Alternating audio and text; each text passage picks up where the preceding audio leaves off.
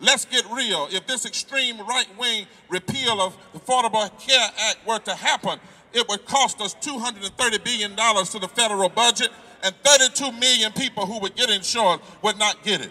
We're in the black belt of the South. 11 states, Alabama, Arkansas, Florida, Georgia, Louisiana, Mississippi, North Carolina, South Carolina, Tennessee, Texas, and Virginia.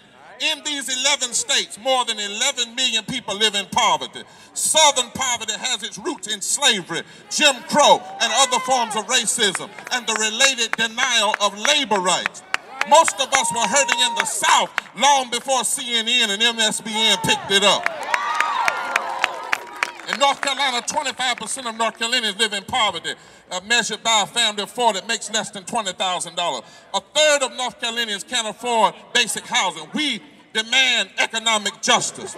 Let the word go forth from here, both to Democrats and Republicans who want to take us backwards and try to balance this budget on the backs of the poor. You know that's backwards, you know it's not fair, and you know it's a turn in the wrong direction. If you want a better North Carolina, let's make those who can pay their fair share. Don't put hundreds of teachers and thousands of state employees out of work and then send them to the unemployment line.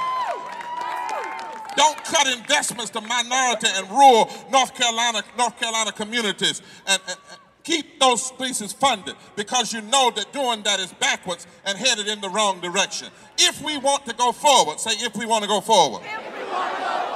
You can't keep hurting mental health patients and mental health workers. If we want to go forward, you can't keep denying workers' rights and trying to repeal health care reform.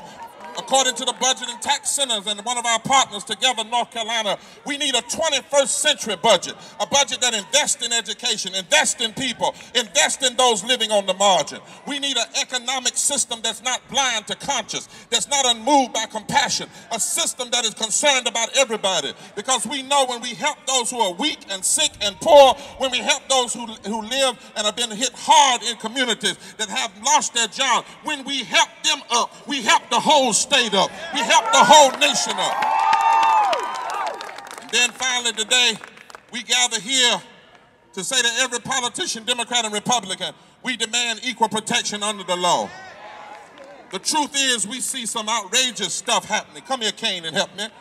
I was talking to one of my friends, the Sacrificial Poets, and Bob Hall of Democracy, North Carolina, the other night about the outrageous things going. And we decided to drop it like this. And so Kane helped me a little bit. And we said the lenders auctioned off their foundation and left many without home, folded blank checks into palms of CEOs, and cleared out the banks of the people.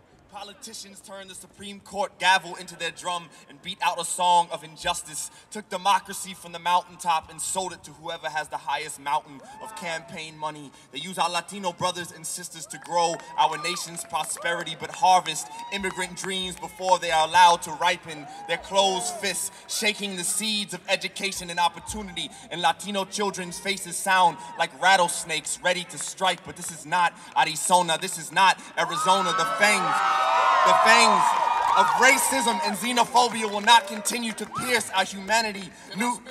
Let's go.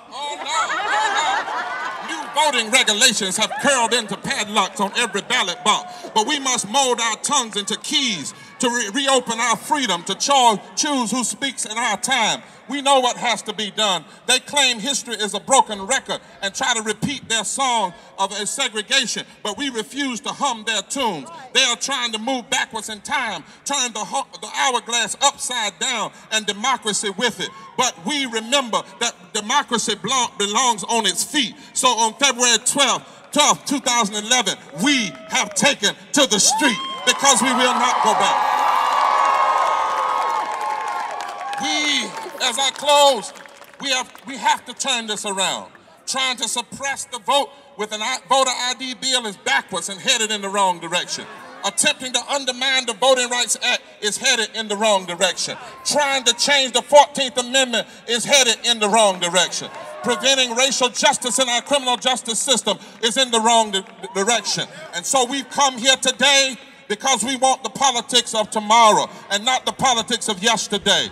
Going backwards poisons the soul of our state and nation. And we are here to inject the new spirit of hope and justice in North Carolina politics and the politics of this nation. We will not go away.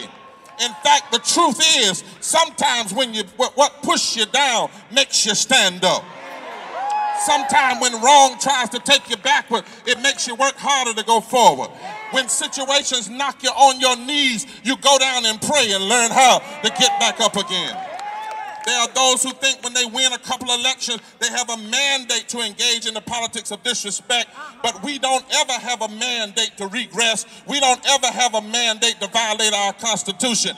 No political election is a mandate to undermine opportunities for the children.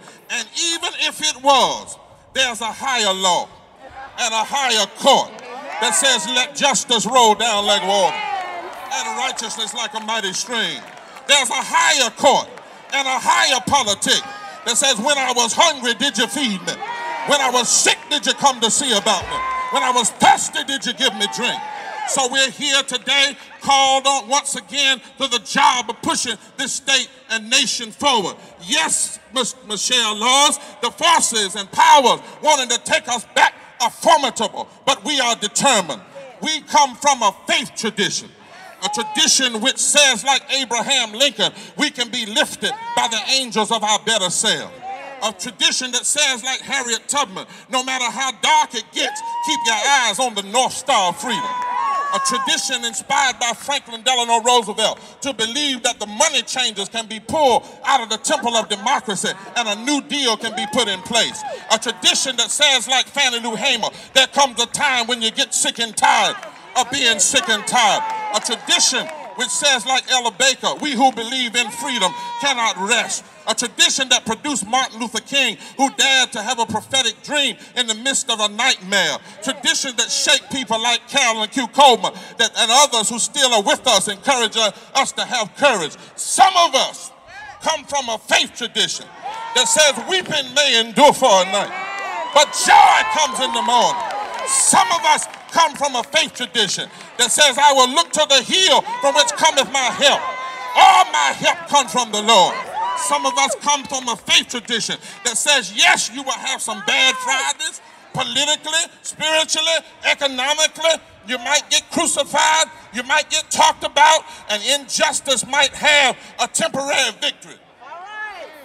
There are some days you're going to have disorder, displacement, disruption, dislocation, disaster, disappointment, discrimination, disparagement, disorganization, disorientation, disenfranchisement, disinheritance, disapproval, dispossession, disrespect, disbelief, disgust, dismissal, discouragement. But if you hang around in love, hang around in justice, hang around in righteousness. I got a friend from South Carolina that says right has never lost. If you hang around all day Saturday, if you hang around all day Sunday, God has a way of bringing hope out of pain. God has a way of bringing resurrection out of despair. God has a way of turning things around and taking us forward. God has a way. It's movement time. Forward together, not one step back. God has a way of letting you know deep down in your spirit, it's movement time. Tell your neighbor, it's movement time. It's movement time. God has a way of letting you know, forward together. Forward together. Forward together.